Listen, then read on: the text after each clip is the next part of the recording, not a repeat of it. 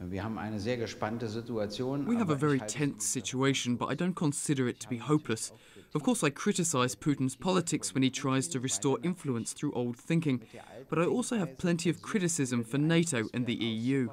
They didn't realize in 1990 that they needed to create a new security organization with no Warsaw Pact and no NATO, not without Russia or against Russia, but with Russia, a common security alliance. It was in spite of promises that were made during the reunification of Germany. The eastward expansion of NATO has continued, gradually encircling Russia. Then there are the missiles stationed in Poland and the Czech Republic.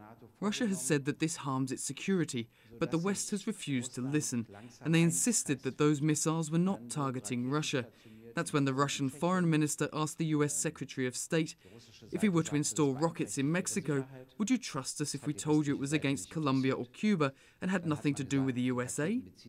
Of course, no one would believe that, but the development of the missile shield has continued. Then there were other mistakes. I don't want to go into too many details. George W. Bush suggested bringing Georgia and Ukraine into NATO.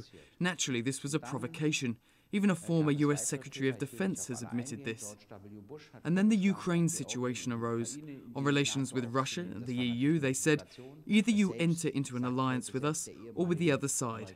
And nobody understood that Ukraine should have become a bridge between the EU and Russia. This is unfortunate. Now there's talk of sanctions against Russia and also against the former Ukrainian president and his staff. I see this as one-sided. Why not also against the oligarchs that supported the other side? There's plenty of Ukrainian property located in France and other countries, and both sides have contributed to the current situation. I think, as Russia does, that the sanctions against it are unjustified, and I find it wrong when they say we need to bring NATO all the way to the borders. I would go down the diplomatic route to engage with Russia and propose a new relationship with the EU and NATO, and establish a security concept with Russia, not against it or without it. I would expand trade relations under one condition, that there will be no more countries or parts of them that will become Russian territory. But we have to have a positive approach. You can try to reach your goals through sanctions. Usually this doesn't have much of an effect.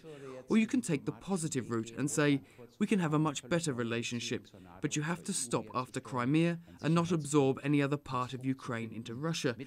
I think that would have been my vision for a positive development that we all urgently need. But as you can see, the situation is the reverse. Are you concerned about the rise of far-right radicalism in Ukraine? Ja, es gibt richtige Faschisten in der Ukraine, die auch Bestandteil der Regierung sind. Yes, there are genuine fascists within the government. They are currently in leading positions. They have a deputy prime minister, defense minister, minister of agriculture, and environment minister. Besides that, there's a co-founder of the Svoboda party, which is not a member of this party right now, but is in charge of the security committee, a kind of intelligence service.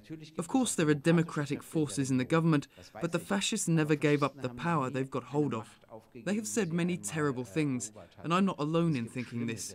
There are members of the Social Democrats and a former EU commissioner who have flatly refused to speak with these people. I don't understand how they can sign any agreements with them. Again, it's a provocation.